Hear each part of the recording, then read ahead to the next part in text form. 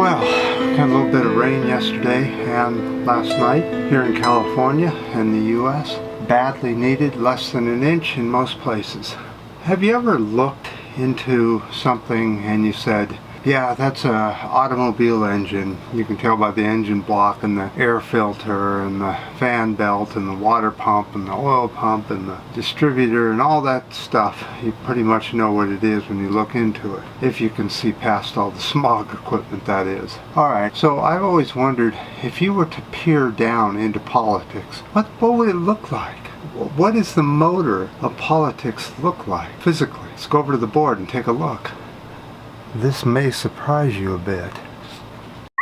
Okay, this is it. After lots of research of time I've spent, I've wanted to do this video for some time, and it took a lot of research to come up with this diagram of what politics looks like today. Most people think politics is a bar going from left to right or from right to left. In my research, it's a circle, and in nature there tends to be more circles than there are just straight lines. So this sort of follows the way nature works anyway. Okay, so here we have it.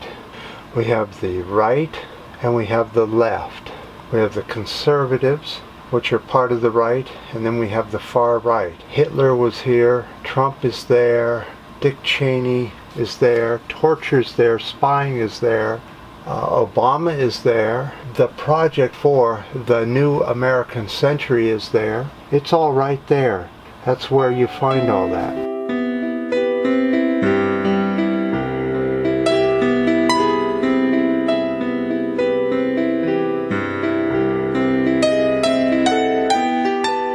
Now in the 1930s, Hitler was over here in the far left, what they call the far left right, which is almost touching the right. As you can see, you'll find socialism is there. Full socialists come from the far left. It's easily switched over to the far right. It's almost one of the same. Jill Stein is about the middle of the left, but more in the progressive center. Then you have the regular left and the Green Party left, which is more towards the side of business, or what they call the left middle of the roads. Now let's go back over here on this side of the circle. You have the conservatives. They want to conserve forest, conserve lands for hunting, conserve wetlands so that their ducks and everything, their wild ducks and geese can be there for the next year's hunt and so forth. So those are the conservatives, but they're still on the right. Then you have the middle of the roaders that are sort of conservative and sort of on the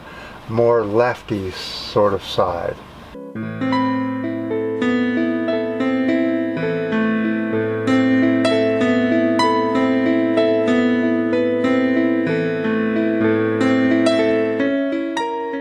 This is where most of the sheeple live, is the middle of the road, right in here. This is where most of us live. Now the fringes are considered here and here, but business covers a large area, doesn't it? You have the far left part of business and the far right. On the far right you have the military-industrial complex. On the far left you have a grocery store cooperative here in San Francisco, California, where the workers own the entire store and get to split the profits and the expenses for themselves. There's no middle people at all, and it works fantastic. I am all for worker-owned cooperatives versus the corporation, which is in about this area right in here. This is where the corporations hang out. But there's a party or a group of people called progressives, which are right smack dab in the middle, do no harm, but they take from every angle they can use for ideas. There's no such thing as a bad part of the circle. Whatever good can be used out of any of these groups is used and put in the progressive thinking. And that's where Pink Barrio is, right there in the middle of the progressives. That's where, if you're going to put us somewhere, that's where you put us. We will use the far right, the far left, the business end of things, probably not the military-industrial complex of thing. That road is... But you know what's interesting? That conservatives use a lot of what's over on the left. they get a lot of their ideas from here. But conservatives tend to stay right here. The left tend to stay right here in the left area. They don't use anything from any other area. The ultra-right, right here, never uses any ideas from any other place at all. They stick together in their own little area. The socialists tend to overlap the far right. So the socialists can slide this way or slide that way. See, it's getting a little bit more confusing. Now, the middle of the road Democrats and Republicans kind of hang out in this area, right? But they also can shift down or shift up depending on what kind of mood they are in. Business is business is business, and business stays the same. It never changes.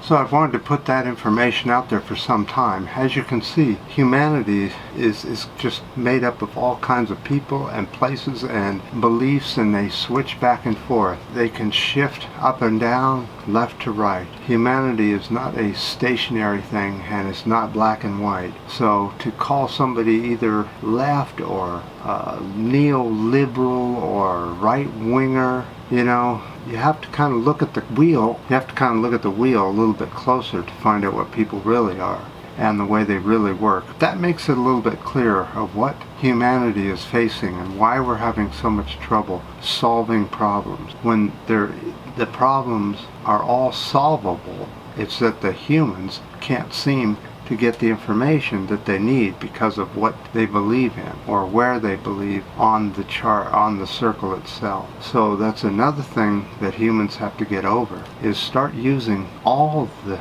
the wheel for the good parts of it and leave the bad parts alone. It's just a thought, and I hope this helps on the political spectrum of where and what and where and how. It gets pretty darn complicated, and this is seriously simplified just to make it a little bit easier to understand. But you can understand how it could get very difficult to even decipher it.